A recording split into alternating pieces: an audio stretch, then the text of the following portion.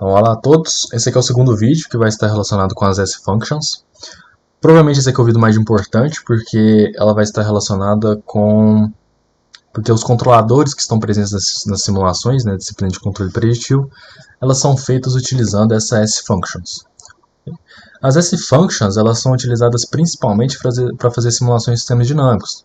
Né? Então eu tenho entradas, estados e minhas saídas, e esses blocos, né, a partir desses códigos, eles vão executar automaticamente, por exemplo, a minha integração numérica para o cálculo dos meus estados, ou no caso, né, em tempo contínuo, ou as atualizações dos meus estados para tempos discretos. No caso das simulações presente controlador preditivo, as S-Functions são utilizadas de uma forma diferente, porque é simplesmente para uma execução de um algoritmo. Né? Então vai ter uma série de equações lá em que não há uma dinâmica, né? Não há derivadas, então acaba sendo algo mais simples do que essa parte de simulação de sistemas dinâmicos. Outra vantagem das S-Functions é que podem ser simuladas não só em MATLAB, em códigos de MATLAB, mas também em C++ e Fortran. Esse aqui é um arquivo de Simulink, um manual, um livro que eu peguei lá do FJ. Né? A gente consegue obtê-lo digitando Writing S-Functions no Google, em que tem o básico, né, o essencial para entender o funcionamento e como fazer as implementações das S-Functions. São 210 páginas, mas para a gente o importante são esses dois primeiros capítulos, então até a página 20, porque o restante são escritos em outras linguagens. Para a gente o importante são os arquivos em MATLAB. O primeiro capítulo está relacionado à introdução, né, então o que é, como utilizado, etc. Enquanto o segundo, ela define quais são os parâmetros, o layout, né, do meu arquivo .m, né, relacionado a esse function, como deve ser escrito, como deve ser implementado, e alguns exemplos. Esses exemplos eles estão disponíveis aqui no site da MATLAB. Aqui eu tenho um Simulink com todos os arquivos de exemplos, mas também tem os .m, que eu simplesmente posso copiar essa linha de código, colocar no workspace do MATLAB, que vai abrir o arquivo .m, né, com essa function toda pronta. Então, para começar, eu tenho aqui meu Simulink, e no meu Simulink eu tenho meu bloco de S-Function. Esse bloco existem três parâmetros de entrada, em que o primeiro parâmetro ele vai estar associado ao arquivo, né, no caso MATLAB, que vai estar toda a função em que esse bloco vai executar. Esse segundo são parâmetros de entrada dessa minha função .m. Então, por exemplo, essa minha função ela vai representar um espaço de estados contínuos. Então, eu tenho meus parâmetros A, B, C e D. Então, eu posso inserir esses parâmetros aqui, que serão inseridos nessa minha função. Essa terceira parte ela está relacionada com arquivos auxiliares. Tá? Eu não vou entrar em detalhes nesse terceiro, vou me conter apenas esses dois primeiros. Só que então, como vou escrever esse arquivo, né, esse arquivo .m, essa função que vai ser executada por esse bloco? Para ficar mais fácil, eu tenho aqui, eu tenho esse comando sfundemos, em que vai me dar aquele arquivo Simulink com exemplos. O MATLAB, existem dois níveis de S-Functions, eu vou utilizar só o primeiro nível. E aqui eu tenho o template. Porque para escrever essa função que vai ser executada pelo bloco, eu devo seguir algumas regras, tá bom? Então essa function, como é que ela é baseada? Existem 4 parâmetros de entrada, em que o primeiro sempre vai estar relacionado ao tempo de execução, e a segunda vai ser o x, no caso dos meus estados, ou variável que vai ser atualizado ao longo do tempo. A U seriam os meus sinais de entrada do meu bloco, e o flag está relacionado a qual parte de execução no meu loop de simulação a minha função ela está. Isso quer dizer, porque um Simulink, para ele executar, né, fazer simulação de um sistema dinâmico, ele faz por essas partes aqui. Ó. Então, por exemplo, aqui eu tenho a minha parte de inicialização do modelo, aqui eu tenho cálculo de saídas, atualização de estados discretos, atualização de estados contínuos, né, a partir das suas derivadas. Então, a partir de cada um desses passos, o flag ele vai me falar onde eu estou. Então, por exemplo, é lógico, né, o Simulink ele vai chamar essa função diversas vezes para fazer essa simulação. Então, como funciona esse flag? são vários flags em que, dependendo de qual flag, qual valor esse flag tiver, eu vou executar uma determinada função. Okay? Essas funções elas estão relacionadas a cada um desses blocos aqui. Então, por exemplo, caso meu flag seja igual a 0, ela vai estar relacionada com a minha inicialização, que é os parâmetros de inicialização do meu modelo. Então, se o flag vai 0, ele vai entrar dentro dessa função, e dentro dessa função eu vou ter toda a minha configuração do meu modelo. Isso aqui é bem simples, tá? Vou fazer um exemplo posteriormente, vai ficar bem fácil de entender. Outra coisa, se meu flag ele for igual a 1, ele vai estar relacionado com as derivadas, vai fazer os cálculos dessas minhas derivadas, caso o meu modelo ele seja contínuo.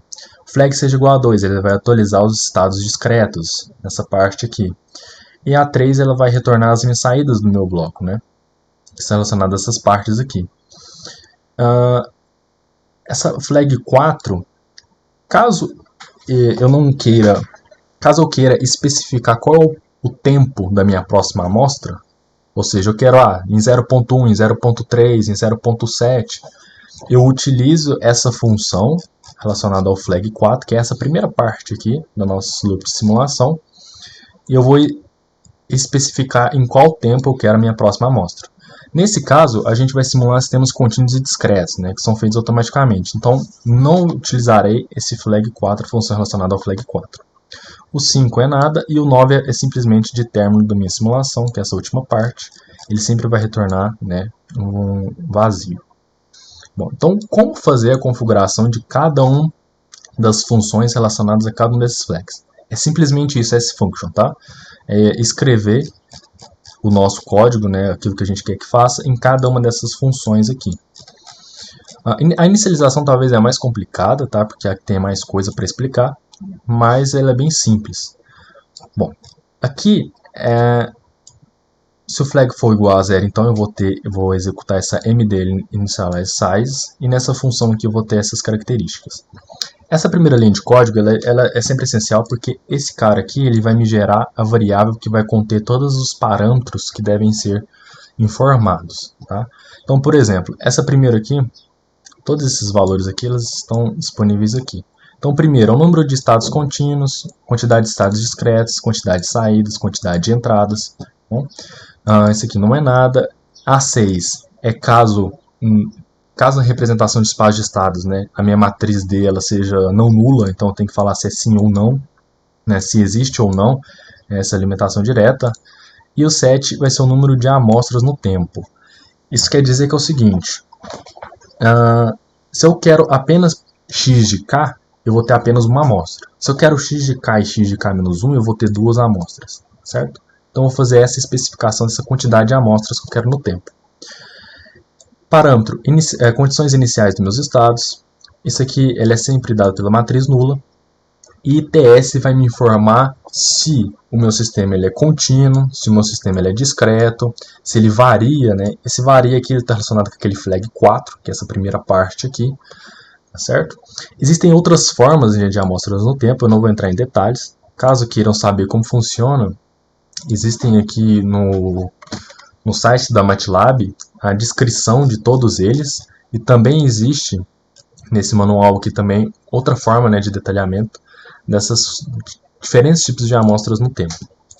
Okay? Então eu faço especificação. No contínuo eu coloco 00, se for discreto eu coloco o período de amostragem aqui e o offset. Okay? Simplesmente isso, a parte de inicialização.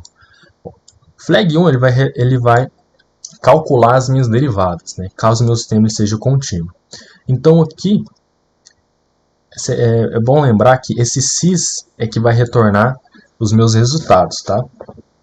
Então aqui se eu for lá na minha MDL derivativos, o que eu vou escrever aqui vai ser aquelas equações de x de ponto, né? Eu estou falando em espaço de estados. Então eu vou colocar aqui, por exemplo, a minha matriz AX, né, mais BU, por exemplo, tá?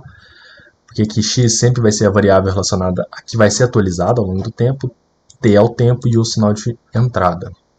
Caso meu sistema seja discreto, eu vou nessa função, então é o flag 2, tá? Então é o flag 2, que é a atualização de espaços discretos. Eu vou nessa função, então, mdl update, e nessa função mdl update eu vou escrever aquelas minhas equações de x de k mais 1. certo? Caso meu flag ele seja igual a 3, eu vou ter as minhas saídas, que vai retornar, que é aquelas equações de y, que eu vou escrever simplesmente aqui. Então ele é bem simples, essas três flags, tá? A quarta, flag 4, eu não vou entrar em detalhes, porque é aquela que eu vou especificar qual é o meu próximo amostra no tempo. A 5 ela não existe, o 9 é de término, que vai ser sempre essa matriz vazia. Então vou fazer um exemplo aqui, tá? Vou fazer um exemplo, vou pegar esse mesmo arquivo aqui, vou dar um Ctrl C, vou dar um New.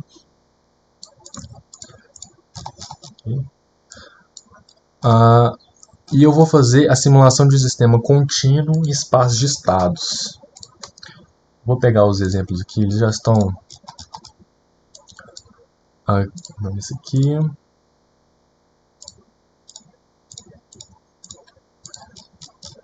Então eu quero simular então o meu sistema espaço de estados dado por essas matrizes A, B, C e D, certo? Novamente, eu posso inserir esses valores por aqui ou posso inserir diretamente na minha função. Esse aqui é a minha função. Eu posso simplesmente escrevê-las por aqui. Ó. Vou apagar isso aqui.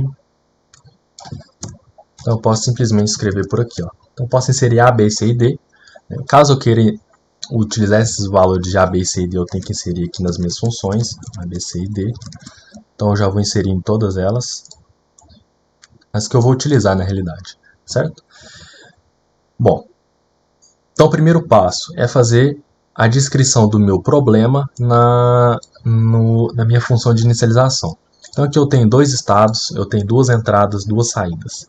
E eu tenho um direct feed through no meu sistema, certo? Então a primeira coisa é entrar na minha função de inicialização.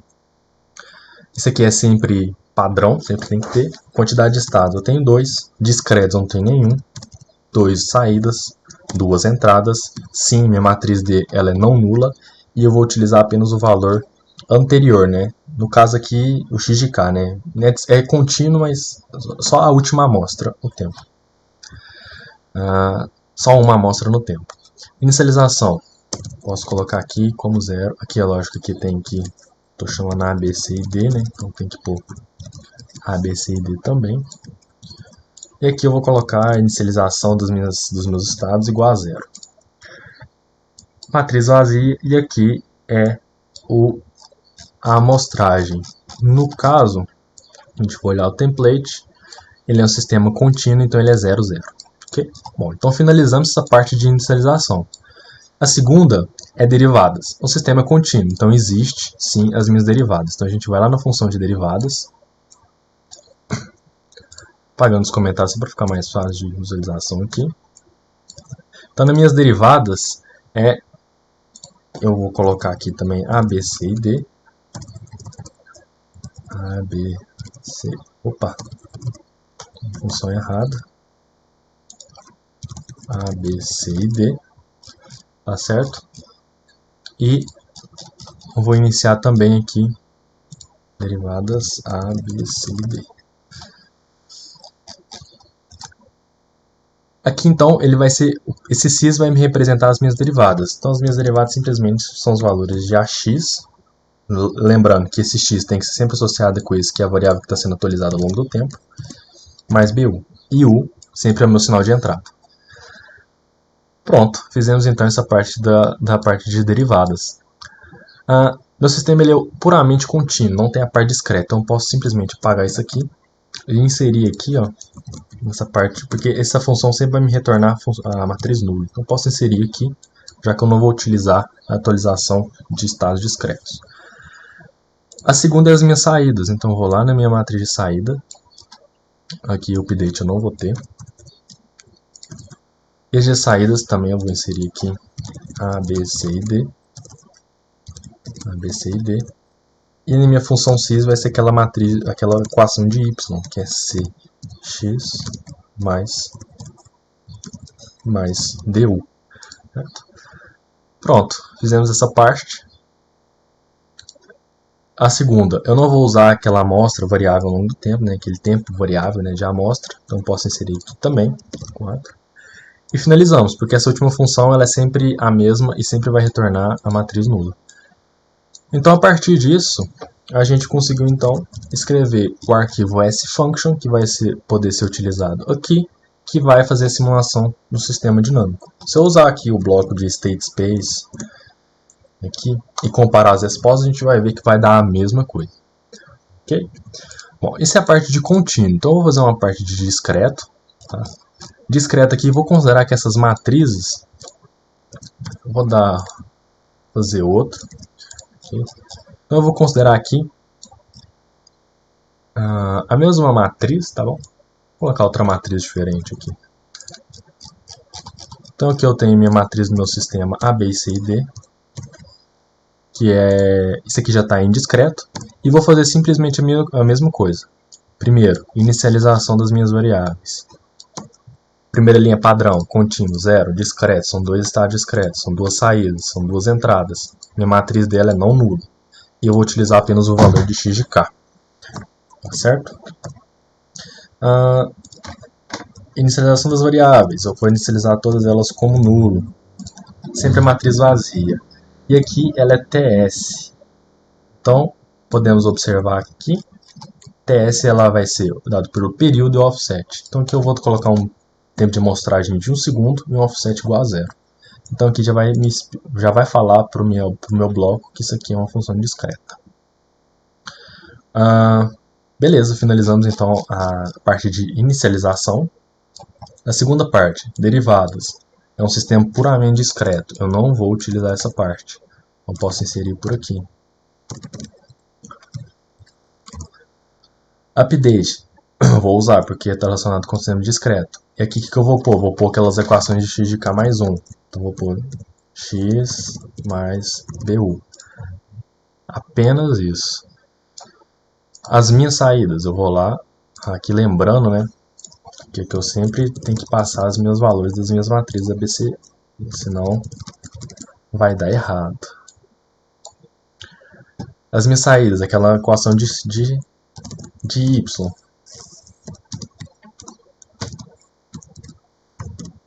Certo? Não vou usar um tempo variável nas amostras, então simplesmente apago. Posso inserir aqui. Okay? E finalizamos então a parte de simulação de sistemas discretos. Então, podemos observar que a escrita dessas funções elas são bem simples, tá? Elas são bem simples. É simplesmente preencher essas funções, preencher essas 4 cases aqui, né? 4, né? No caso aqui foi só 3, preencher cada uma delas de acordo com aquilo que a gente quer que a nossa sfunction execute. Tá bom? Eu vou dar o exemplo aqui no caso da aula. Essa aqui é a aula 5 de controlador preditivo e eu vou dar, como eu disse, as sfunctions elas podem fazer a simulação de sistemas dinâmicos, mas também podem fazer a execução de um algoritmo mais simples, que não existe essa dinâmica, que é o caso do controlador aqui. Então aqui temos a máscara, né, que foi explicado no vídeo passado, e aqui temos a nossa inicialização, que é o principal. Então essa inicialização ele vai executar os comandos desse ponto M, tá? Esse ponto M aqui. Opa, não é esse, é a matriz essa. Então ele vai executar esse código que vai me retornar o ganho do controlador e essa matriz φ. Esses dois parâmetros eles serão utilizados como parâmetros de entrada da minha sfunction. O t aqui é o período de amostragem. Então, se a gente for ver aqui o que está dentro dessa sfunction, como é que ela vai ser dada? Eu vou colocar aqui o template do lado.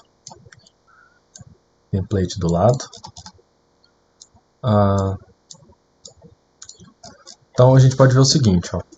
Temos os 4 primeiros que são sempre fixos, então é o tempo. Esse dummy ele colocou dummy porque não vai ter uma atualização de uma variável, né, de uma forma dinâmica, né, derivadas, etc, etc.